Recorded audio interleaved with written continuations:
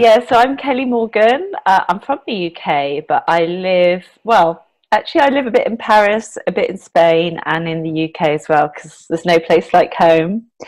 I am a confidence and empowerment coach, and I absolutely love helping my clients to feel that empowerment from within, to really identify what it is they would love to do, and then make the changes to get there. But I'm here to talk to you about a thing very close to my heart, and it's very connected to Berenice's project, which is women's rights.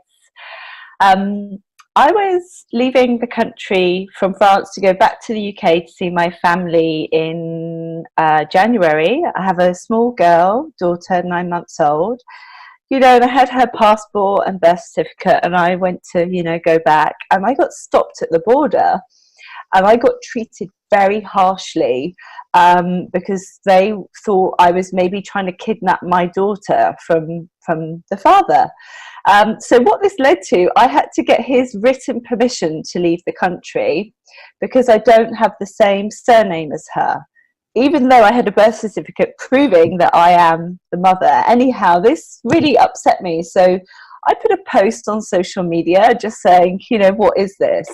And I had such a big response. So many women from around the world, from the US, from Singapore, from Saudi Arabia, contacted me and said that they are stranded in countries because ex-partners who particularly have been abusive or narcissistic are not giving them permission to leave. So this led me to go and do a whole lot of digging, and I know quite a lot now. I've spoken to lawyers about something called the Hague Convention. A lot of countries have signed up to it, and it's brilliant because it's there to stop child abduction, which as a mother, I want that to be. However, if you are trying to flee from an abusive relationship, that is not considered a defense. And for me, this is just not good enough. So I'm starting a campaign to get the Hague Convention changed, just so abuse can be used as a form of the defence. It was a treaty signed in The Hague, and a lot of countries signed up to it. So, Canada is, the US is, most of Europe is, other countries are too. And it's specifically to stop one parent, because obviously parents say they'll go take their kid to Saudi Arabia, and then the American mum, for example, can't get them back. So this is great because it's a very quick process. However, if you are in an abusive relationship, that's not considered a defense. So here's what happens. You have to go back to the country, you're forced back with the child, and you're promised to get protective services. Well, the problem is that protective services are very different in different countries. That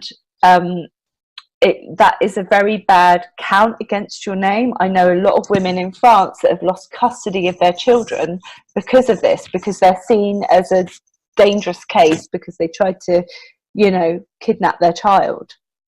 So they lose custody. Young kids, 2 years old, they have to go and live with their dad, who's either been abusive or narcissistic to the mum. So it's a great control if you're a controlling narcissistic person to use this against women. Okay, so what my big campaign is to go actually to the Hague Convention, which does get reviewed every few years, and ask them to consider using abuse as a defense, escaping abuse as a defense. So I'm being very specific just on this point. So what I'm doing right now is gathering stories. So if you yourself, or if you know anyone that has been in an abusive relationship and tried to escape and been stuck, or maybe they're out now, I would love to hear from you. I've got a website set up where people can share their stories, and this is completely anonymous because I've spoken to so many women, and even if that abuse is in the past now, they are terrified to speak out, even anonymously, because of the consequences on the custody of their children. And a few of these women now have said, I'm fed up of being scared of speaking out. This is wrong, and we must come together and speak out and stand up and say this is not acceptable. So if you know anyone, reach out to me. What I'm trying to do is share stories, because I think through stories, then other people can understand our situation. Because I will say one thing, when I had my post, my first post on Facebook, a lot of people reached out and said, my God, I'm in the same situation. A lot of people also reached out and said, no, you're wrong, you should be stopped. Because they're thinking only of the child custody issue. So we need to raise awareness of all these stories of where people are stuck and help a very specific vulnerable group. If you have had the courage to leave an abusive relationship, pack up your bags and try to go to the border, can you imagine how much stress, how much courage that took to be stopped? Or even if you get through, to be sent back to the country, can you imagine how disheartening that is? That is completely soul destroying. And then threatening the woman to take the custody of their kids. You know, they're trying to protect themselves and their children. So we need to share stories. That's what I need. And then what I'm asking for, I'm sorry I'm asking for so much, but I'm going to start a petition on this. And I really would, if you see this as an issue close to your heart, I'd love your signature on this, because numbers matter. They do matter. And I know of a situation last year, the Hague Convention was reviewed, and there was a non-for-profit that went to the Hague Convention to get this abuse story heard, and they were not allowed in. Now, I heard that only a few of them went. So we need numbers. We need to gather together and say no, and we need to get into those doors and tell them we need this reviewed. Yeah, so that's what I need. Wow. Wow. So when is the next opportunity for the Hague Convention to be reviewed? Do you know? I don't know when the next opportunity is. It's a bit of a unknown thing. I heard, you know, a gossip that it's every 10 years, but I don't think that can be serious. Like, it needs to be reviewed when it's not fit for purpose anymore. And right now it's not fit for purpose because vulnerable people are on the receiving end. You know, they're not benefiting from this, so therefore it needs to be reviewed now. So my objective is to speak to them and get them to review it now and look at this very specific case.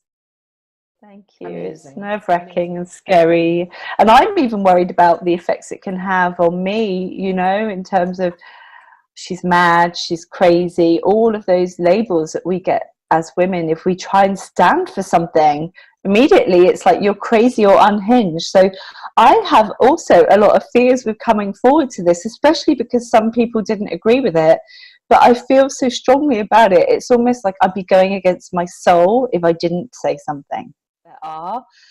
It's a really hidden story. It's a really hidden, it's not even statistically available. So, you know, I dread to think how many people are stuck. And it's not just abusive relationships. I know also of some cases where the mother has been estranged from the father and she doesn't know where he is and she can't get the paperwork signed. So what's she going to do?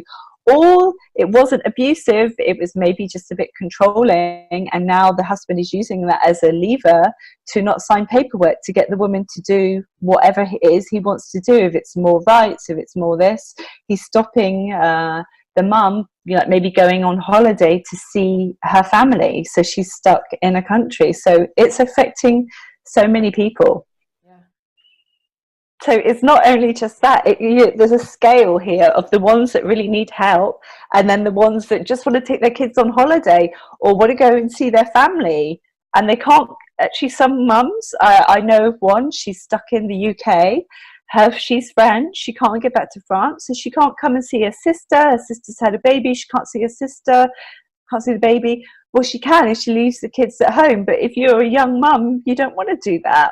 So yeah, it's really insipid. No, so I feel nervous about this. I feel scared, but so do the people that I'm representing. So I'm going to stand side by side, shoulder by shoulder with them, and just do it anyway, because it's fear that keeps us silent and keeps us accepting situations that are not acceptable. So sometimes we wait for someone else to change it for us, but sometimes we forget that we can do that ourselves, especially if we come together as women.